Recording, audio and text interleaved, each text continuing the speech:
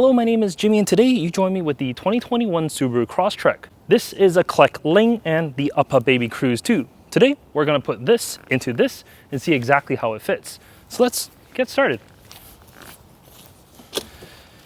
All right, so one of the things you're going to notice is this door actually opens relatively wide. As you can see, it's quite easy to put anything into the rear seats themselves.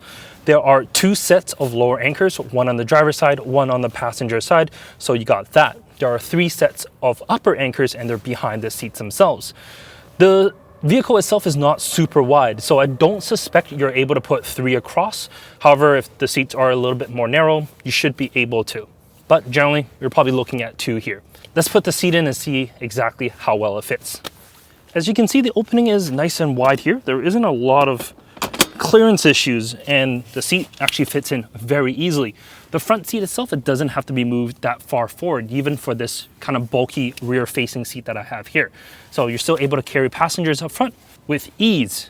Let's take a look at the trunk itself. For the trunk, we have 20.8 cubic feet of space. It's definitely not the largest, but it's decent for subcompact. To fit the stroller in, not really too much of a problem here. Fits very well here on the side, and you got a little bit more space on the right here. One thing to note, the tonneau cover, it just clears the seat itself. There's not a whole lot of room back here for much else. So larger Costco runs with the baby, it's gonna be a little bit more difficult. But that's about it.